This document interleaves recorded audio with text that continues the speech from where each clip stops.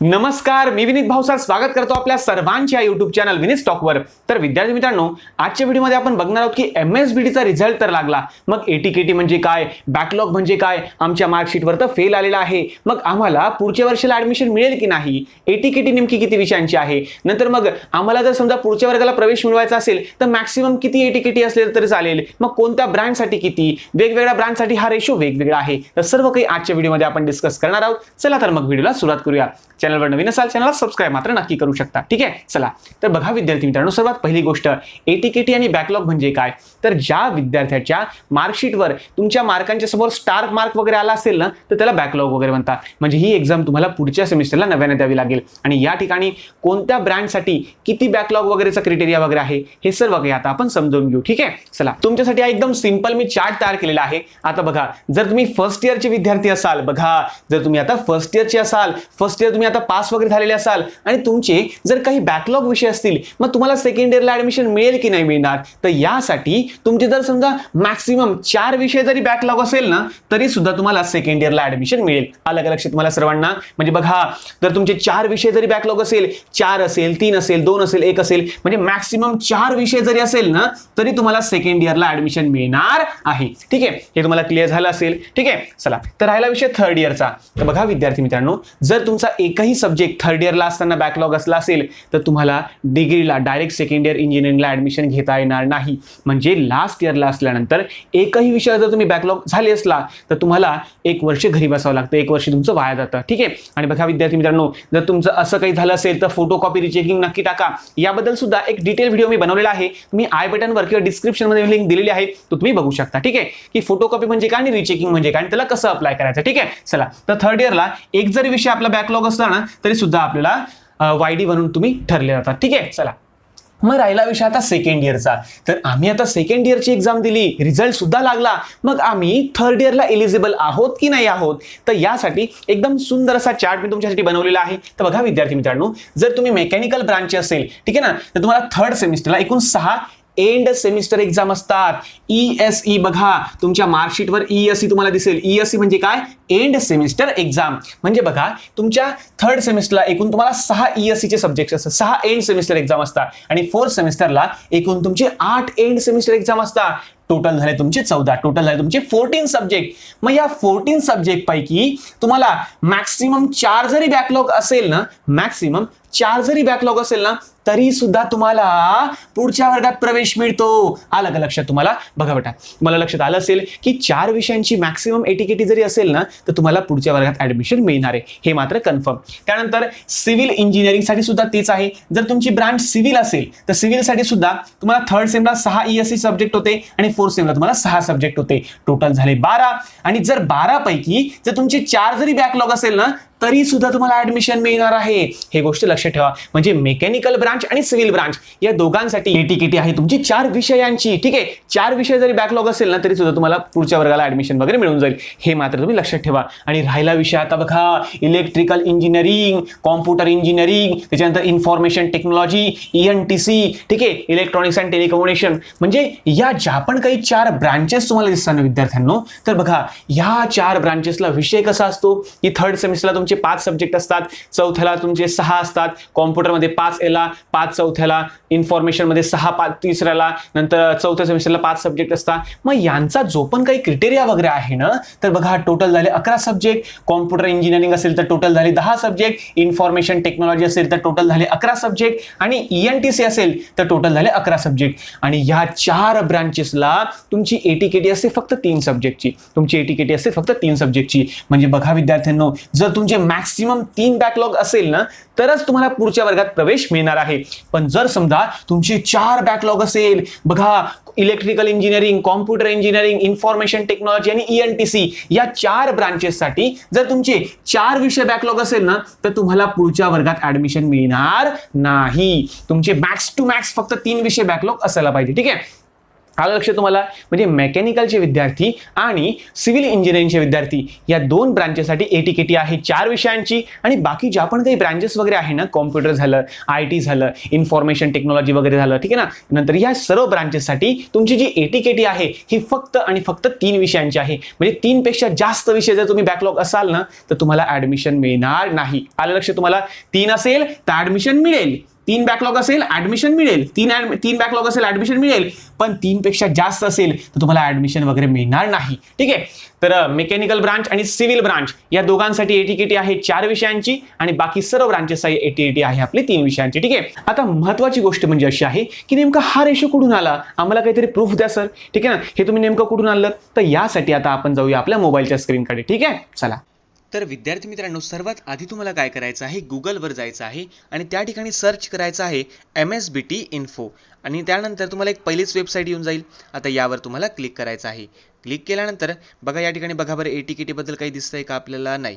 मग मी जाणार आहे पेज क्रमांक 2 वर गेला. त्यानंतर या ठिकाणी पण काही दिसतंय का? नाही. जाऊ द्या, मग जाऊ द्या पेज नंबर 3 वर. ठीक आहे, चला पेज नंबर 3 वर मी आला. या ठिकाणी बघा बरं काही दिसतंय का एटीकेटी बॅकलॉग बद्दल? हो, दिसलं. तर conditions of ATKT for admission to next higher semester year, तर यावर मी आता सिम्पली क्लिक करणार आहे. तर या ठिकाणी लगेचच तुम्हाला सर्वचे सर्व रूल्स वगैरे ओपन झालेले दिसेल. तर हे सर्वचे सर्व तुम्ही वाचू शकता. आता या ठिकाणी मी तुम्हाला एकदम सिम्पल लँग्वेजमध्ये हे सांगून देतो.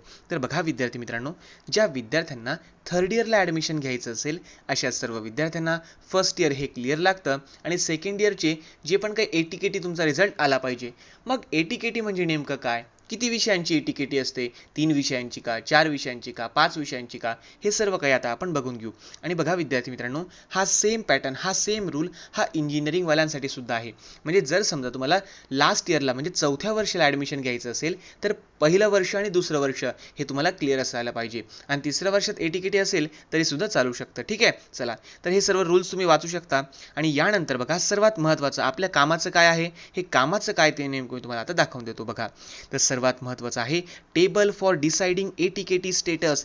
याला मी आता हॉरिझॉन्टल मोडमध्ये करून घेतो. तर बघा विद्यार्थी मित्रांनो, या ठिकाणी तुम्हाला दिलेलं आहे table for deciding ATKT status. म्हणजे बघा तुम्हाला पुढच्या वर्गात ॲडमिशन मिळेल की नाही मिळणार, तुम्हाला पुढच्या वर्गामध्ये प्रवेश मिळेल की नाही मिळणार, हे सर्व काही या टेबलवरून तुम्हाला सर्व काही डिटेल क्लिअर होणार आहे. ठीक आहे ना, म्हणजे तुम्ही पुढच्या वर्गात गेलेले आहात किंवा तुम्ही वायडी पडलेले आहात, हे सर्व काही आता 2 मिनिटात क्लिअर होऊन जाईल. आता बघा विद्यार्थी मित्रांनो, पहिला कॉलम तुम्हाला दिलेला आहे टोटल नंबर ऑफ सब्जेक्ट, म्हणजे एका पूर्ण वर्षभरामध्ये, म्हणजे आता तुम्ही लास्ट इयरला असाल तर 5वं सेमिस्टर आणि 6वं सेमिस्टर, जर तुम्ही सेकंड इयरला असाल तर तुमचं 3rd सेमिस्टर आणि 4th सेमिस्टर, आणि जर समजा तुम्ही पहिल्या वर्षाला असाल तर 1st सेमिस्टर आणि 2nd सेमिस्टर, म्हणजे पूर्ण एखाद्या पूर्ण वर्षामध्ये तुमचे नेमके किती विषय आहे हे विषय तुम्हाला या ठिकाणी दिलेला आहे. त्यानंतर minimum number of subject required to be pass, म्हणजे पुढच्या वर्गात प्रवेश घेण्यासाठी तुम्हाला कमीत कमीत किती सब्जेक्ट पास असले पाहिजे. आणि त्यानंतर तिसरा कॉलम तुम्हाला दिलेला आहे maximum number of failure subject allow for availing benefit of ATKT, म्हणजे एटीकेटीचा बेनिफिट घेण्यासाठी आणि पुढील वर्गात प्रवेश करण्यासाठी मॅक्सिमम किती बॅकलॉग असले तरी सुद्धा चालतं, किती एटीकेटी असेल तरी सुद्धा चालतं. हे सर्व काही या एका छोट्याशा टेबलच्या माध्यमातून आता आपण बघून घेऊ. ठीक आहे, चला. आता संपूर्ण वर्षामध्ये, म्हणजे आता ज्या विद्यार्थ्याचा सेकंड इयरचा ज्यांचा रिझल्ट लागला, 4th सेमिस्टरचा रिझल्ट लागला, आता हे विद्यार्थी 3rd इयरला गेले की नाही हे कसं काय समजेल? तर तुम्हाला काय करायचं आहे, तुमच्या 5व्या सेमिस्टरच्या मार्कशीटवर आणि 6व्या सेमिस्टरच्या मार्कशीटवर पुन्हा एका 5वं सेमिस्टरचं मार्कशीट आणि 6वं सेमिस्टरचं मार्कशीट, तर यामध्ये तुम्हाला एंड सेमिस्टर एक्झाम नेमक्या किती किती विषयांची आहे हे तुम्हाला मेजर करायचं आहे. आता एंड सेमिस्टर एक्झाम म्हणजे काय, तर तुम्हाला एक एक्झाम्पल सुद्धा मी दाखवून देतो. ठीक आहे, चला. आता बघा विद्यार्थी मित्रांनो, एक छोटंसं एक्झाम्पल म्हणून मी एक मार्कशीट घेतलेलं आहे. आता या ठिकाणी तुम्हाला बघा भरपूर काही विषय वगैरे दिसत असेल, मग यापैकी कोणते विषय पकडायचे, तर ज्यांना एंड सेमिस्टर एक्झाम आहे असं तुम्हाला पकडावं लागेल. बघा या ठिकाणी तुम्हाला दिसत असेल एंड सेमिस्टर एक्झाम, नंतर या ठिकाणी पुन्हा एंड सेमिस्टर एक्झाम, परत एंड सेमिस्टर एक्झाम, म्हणजे तुम्हाला काय करायचं, एकूण किती विषयांचा एंड सेमिस्टर एक्झाम आहे, तर हा पहिला, हा दुसरा, हा तिसरा, चौथा, 5वा आणि 6वा, म्हणजे एकूण 6 एंड सेमिस्टर एक्झाम आहे. ठीक आहे ना. आता हे झालं आपल्या दुसऱ्या सेमिस्टरचं. मग पहिल्या सेमिस्टरला एकूण किती होते, तर हे सर्व विषयांची ॲडिशन तुम्हाला काढायची आहे. आता या सेमिस्टरला आहे 6, मागच्या पण सेमिस्टरला असेल तुमचे 6, आता 6 आणि 6 किती झाले आपले 12. ठीक आहे, तर 12 झाले आपले एंड सेमिस्टर एक्झाम. ठीक आहे, तर हे तुम्हाला क्लिअर झालं असेल की एंड सेमिस्टर एक्झाम नेमकी कसे मोजायचे. तर हे जे पण काही या ठिकाणी विषय वगैरे दिलेले असतात ना, हे तुम्हाला मेजर करायचे आहे. ठीक आहे ना, हे तुम्हाला काउंट वगैरे करायचे आहे. तर या झाल्या तुमच्या एंड सेमिस्टर एक्झामचा नंबर. ठीक आहे, चला पुन्हा आपण आपल्या टेबलकडे आलेलो आहोत. आता बघा, या पूर्ण वर्षभरामध्ये आपल्या एंड सेमिस्टर एक्झाम आपण किती ॲझ्युम केल्या होत्या, किती आपण गृहीत धरल्या होत्या, तर आपल्या होत्या टोटल 12 आल्या होत्या, बरोबर ना, 12 आल्या होत्या का नाही. तर आपण चला या टेबलमध्ये आपण 12 नंबर शोधू. चला 12 नंबर सापडला का रे भाऊ, सापडला का रे भाऊ, सापडला रे भाऊ. चला, तर या ठिकाणी बघा 12 नंबर. आता 12 जर तुमच्या एंड सेमिस्टर एक्झाम असेल ना, तर बघा तुमची ATKT बनते 4 विषयांची. म्हणजे जर तुमचे 4 बॅकलॉग असेल ना, 4 किंवा 4 पेक्षा कमी, 4 किंवा 4 पेक्षा कमी जर तुमचे बॅकलॉग असेल तरी सुद्धा तुम्हाला पुढच्या वर्गात प्रवेश मिळणार म्हणजे मिळणार. आणि जर समजा आता बघा मेकॅनिकलचं जर समजा आपण बघितलं तर मेकॅनिकलचा एकूण 13 सब्जेक्ट आहे, बरोबर ना. 13 सब्जेक्ट असेल तरी सुद्धा त्यांना 4 विषयांची ATKT असणार आहे. आलं का लक्ष तुम्हाला. पण जर समजा तुम्ही कॉम्प्युटर ब्रांचचं जर समजा बघितलं तर कॉम्प्युटर ब्रांचसाठी कसं आहे माहिती का, की ज्या पण काही एंड सेमिस्टर एक्झाम आहे या तर कमी आहे, या तर कशा आहे आपल्या कमी कमी आहे. मग अशांसाठी फक्त कॉम्प्युटर ब्रांच किंवा ज्या पण ब्रांचच्या एंड सेमिस्टर एक्झाम या 11 असतील, 10 असतील, ठीक आहे ना, 10 असतील किंवा 11 असतील, तर अशा विद्यार्थ्यांसाठी 3 ची ATKT असणार आहे. आलं का लक्ष तुम्हाला. म्हणजे ATKT हे कसं काय ठरवेल, ATKT कसं काय ठरावी लागेल, म्हणजे ATKT कशावर ठरणार आहे, तर तुमच्या एंड सेमिस्टर एक्झाम नेमक्या किती आहे याच्यावर तुमची ATKT ही ठरणार आहे. आता हे तुम्हाला एक काम करायचं आहे, 5वं सेमिस्टर शोधा, 6वं सेमिस्टर शोधा. आता 5वं आणि 6वं मिळून एकूण एंड सेमिस्टर एक्झामचे विषय किती आहे हे बघा.